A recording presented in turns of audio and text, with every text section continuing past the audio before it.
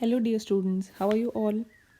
Okay, आज हम लोग डिस्कस करेंगे equations of motion by graphical method. यानी ग्राफ्स जब आपको अच्छे से समझ आ जाए, यानी यूनिफॉर्म मोशन का ग्राफ कैसा है, नॉन यूनिफॉर्म का कैसा है, यूनिफॉर्म एक्सीलरेशन का क्या मतलब है, यूनिफॉर्म एक्सीलरेशन का ग्राफ कैसा आएगा, उसके बाद we'll study equations of motion by graphical method. So ये समझने से पहले आप उन सब चीज़ों को अच्छी तरह से क्लियर कर लेंगे। Now what do you mean bye equations of motion?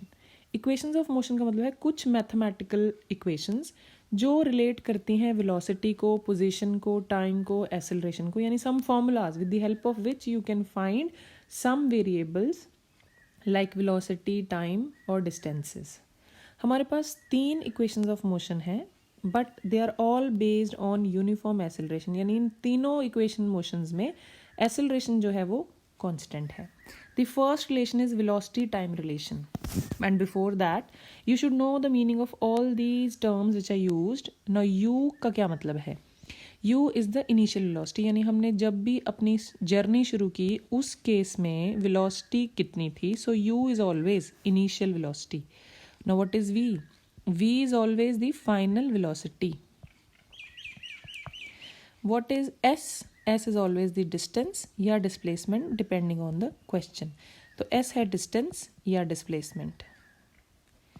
Okay, and t, you all know t is always the time, and a is acceleration. Now in your syllabus you have equations of motion, but we'll prove all these equations of motion one by one with the help of graph. So it is known as a graphical method. और examination point of view से भी they are very important. 3 mark में आपको derive करने के लिए आ जाता है इनमें से कोई भी equation. So will prove them one by one. तो हमारे पास फर्स्ट इक्वेशन ऑफ मोशन है velocity time relation, which is v is equal to u plus a t. अब हमने कहा कि हमने जो ग्राफ बनाने हैं या जो भी इक्वेशन लेनी है उसमें एक्सेलरेशन जो है वो कांस्टेंट है, यानी the graph will be uniform acceleration का ग्राफ किस किस के बीच में, वेलोसिटी और टाइम के बीच में। As you can see in this graph, the graph between velocity time is a straight line, पर ये ओरिजिन से शुरू नहीं हो रहा। हमने पहले जितने भी ग्राफ बनाए उसमें हमने इसको ओरिजिन से शुरू किया, क्योंकि उस केस में हमने इनिशियल वेलोसिटी ले ली थी 0। पर इस केस में हमने इनिशियल वेलोसिटी की कुछ वैल्यू ली है। मान लो u is having some velocity, let us consider 3 meter per second. तो इसलिए हमने उसको ओरिजिन से शुरू ना करके y एक्सिस पे थोड़ा सा ऊपर से शुरू किया है। ठीक है, अब हमें फाइंड क्या करना है? हमें फाइंड करना है v is equal to A T का relation. And if you remember, इस ग्राफ में हमारे पास वेलोसिटी भी है, टाइम भी है, पर एक्सेलरेशन नहीं है। तो एक्सेलरेशन हमें कहाँ से मिलेगी? There was a question given to you, what does the area slope of a graph represent? किसी भी ग्राफ की स्लोप, नाउ ये कौन सा ग्राफ है? वेलोसिटी टाइम का। इसकी स्लोप क्या रिप्रेजेंट करती है? तो इसकी स्लोप जो होगी वो रिप्रेजेंट कर रही होगी एक्सेलरेशन, है ना। So will find the slope so that you will get the value of acceleration. तो एक्सेलरेशन फाइंड करने के लिए will write acceleration of a body is equal to slope of the graph. वो किसके बराबर होगी? इस ग्राफ की स्लोप के बराबर। और स्लोप कैसे फाइंड करते हैं? जैसे हमने पहले लिखा था, it is always rise upon run, या फिर Y axis upon X axis के coordinates. So from the graph, हम ग्राफ से इसकी जो स्लोप की वैल्यू है वो लिख सकते हैं। विल राइट फाइनल वेलोसिटी यानी y2 minus y1 upon x2 minus x1। अब y2 क्या है? From the graph you can see it is EB minus initial velocity जो है EA। ठीक है, यानी जो हमारे पास ये EB है ये है फाइनल वेलोसिटी, और ये AE है इनिशियल वेलोसिटी। तो हमने लिख दिया EB माइनस EA, यानी y एक्सिस के coordinates, and along the x axis यानी डिवाइडेड बाय x एक्सिस के कोऑर्डिनेट जो हम लिख सकते हैं, it can be written as OE final minus initial. अब EB फ्रॉम द ग्राफ किसके बराबर है? V, और EA किसके बराबर है? U के, और जो OE है दैट इज T माइनस 0, और you can directly write it as T. But what is this? This is the slope of a graph, and slope of a graph always represents acceleration. So we'll write A is equal to V minus U by T. और जहाँ से हम लिख सकते हैं इसको as AT is equals to V minus U or you'll write it as v is equals to u plus at. So this is the first equation of motion which we have proved graphically. Now we'll derive the second equation of motion which is position time relation. और position time relation में हमारे पास क्या चाहिए, हमें position. Now from this graph how will you find the position? अगर आपके पास velocity time हो तो हमें position या distance कहाँ से मिलेगा? Area under the graph से. Remember, area under the graph. What does the area under the graph indicate? अब इसमें हमारे पास ये क्या है, एक straight line which is passing from the not passing from the origin. तो ये जो area है इस ग्राफ के नीचे का एरिया हो जाएगा ये सारा. अगर हम ये फाइंड कर लें तो हमें डिस्टेंस मिल जाएगा. So to find the area under the graph हम क्या करेंगे, now area under the velocity time graph is equal to, ये हमारे पास दो हैं, इसमें दो ज्योमेट्रीज बनती हैं. एक बनता है ये वाला ट्रायंगल यानी ट्रायंगल ए डी बी, और एक बनता है हमारे पास ये रेक्टेंगल. तो हम इन दोनों का एरिया फाइंड करके इनको ऐड कर दें तो हमारे पास एस यानी डिस्टेंस आ जाएगा. So will write it as area of triangle, कौन सा triangle, triangle D A B, plus area of rectangle. Rectangle का एरिया कौन सा rectangle, O E A D, O E A D. Now area of triangle D A B. Now graphically जब हमें ये derive करना है तो आपको सब कुछ लिखना है जो भी आपने ग्राफ में लिखा है. तो ट्रायंगल डी ए बी में यूल राइट कि जो ए डी है ये किसके बराबर है, टी के, ये वाला A D. Similarly A B यानी परपेंडिकुलर किसके बराबर है. Now when this E B is V, A E is U, तो ये जो बच गया ये किसके बराबर होगा, this will be equal to V minus U. So will write v minus U. तो जो ए बी है वो बराबर है v माइनस यू के. Similarly O E is equal to A D is equal to T, and this O D is equal to AE is equal to U. So these are all the specifications from the graph. Now area of triangle किसके बराबर है, half into base into height, and rectangle का area किसके बराबर है, length into breadth.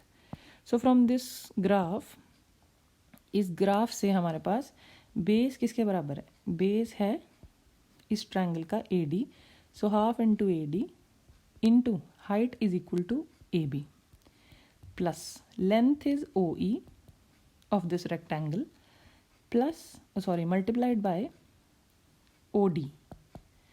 हम ये सारी वैल्यूज यूज करें तो ये बन जाएगा half into A D. Now A D is equals to T and A B is equal to V minus U, तो हम लिखेंगे V minus U into T, plus O E किसके बराबर है, टी, और ओ डी बराबर है you, तो हम इसको लिख देंगे U T. Okay, but now you can use this equation of A, जो पिछली इक्वेशन ऑफ मोशन है उसमें हमने लिखा A is V minus U by T, और हम वी माइनस यू की जगह पे ए टी यूज कर सकते हैं. So will put this V minus U की वैल्यू ओवर हेयर. तो हमारे पास ये क्या बन जाएगा, हाफ इंटू ए टी, एक टी ए था तो into T, plus U T. थोड़ा सा ऑर्गेनाइज करके लिखें तो ये बन जाएगा S equals to U T plus half A T square. So this is the second equation of motion which we have proved graphically. Okay, the third equation is position velocity relation. V square minus U square equal to 2as. Now again in this equation हमारे को क्या चाहिए, distance या position s. That means again in this case s किसके बराबर हो जाएगा, area under the graph. So in this case also we need to find area under the graph यानी VT graph का area. But as you can see ये जो हमारे पास area under the graph है, this is the geometry of a trapezium. Which means now in this case हम find कर सकते हैं इस ट्रेपीजियम की एरिया, तो हमें डिस्टेंस मिल जाएगा. दैट मीन्स यूल राइट कि हमें फाइंड करना है इसका ट्रेपीजियम का एरिया, and trapezium is O E B D.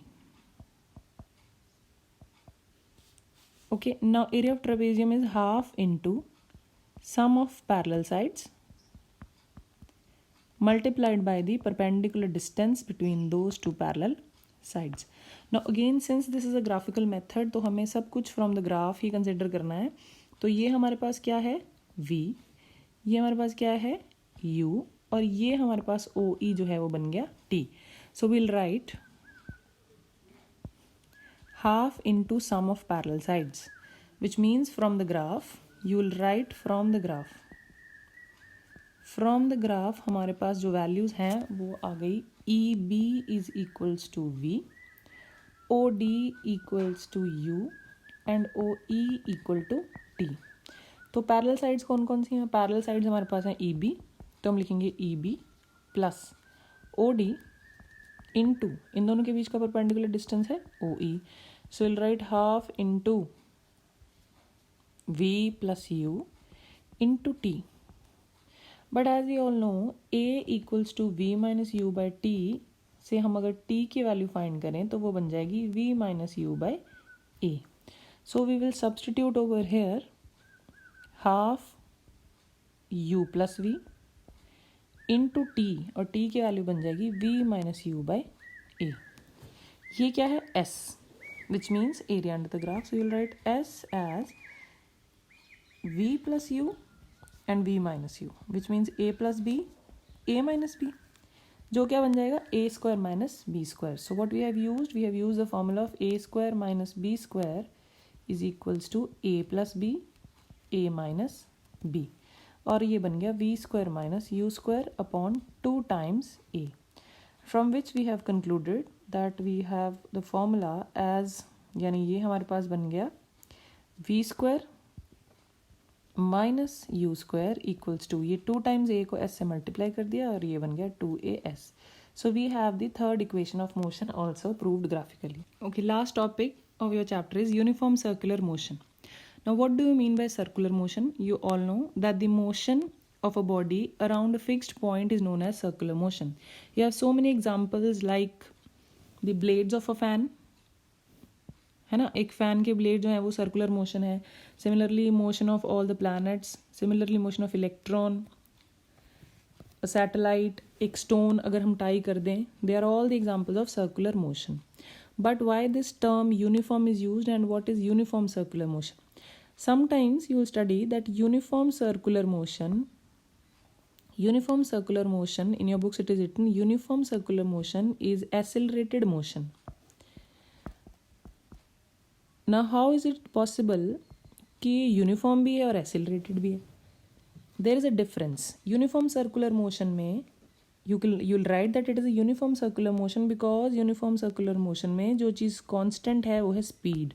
So we have constant speed in circular motion. Once speed is given, मान लो आपके पास, आपने एक स्टोन जो है उसको टाई कर दिया एक थ्रेड से और उसको घुमाना शुरू कर दिया, तो क्योंकि स्पीड तो स्केलर क्वांटिटी है, स्केलर क्वांटिटी का मतलब मान लो it is moving with some speed of 5 meter per second, तो वो 5 मीटर पर सेकेंड से ही ट्रैवल कर रही है, तो क्या है, स्पीड तो कांस्टेंट है, but it is having varying velocity. इसकी वेलोसिटी वेरिंग होगी. आपको बहुत बार ये कॉमन क्वेश्चन आता है, given example in which the speed is constant and the velocity is varying. तो ये दो चीज़ों में फ़र्क है. स्पीड का मतलब सिर्फ मैग्नीट्यूड, बट वेलोसिटी वेरिंग कैसे है? Now velocity means the speed along with the direction. तो हम सर्कुलर मोशन में अगर डायरेक्शन फाइंड करना चाहें किसी भी पॉइंट पे, मान लो इस पॉइंट पे आपको फाइंड करनी है, तो हम क्या करेंगे, वी ड्रॉ अ टेंजेंट.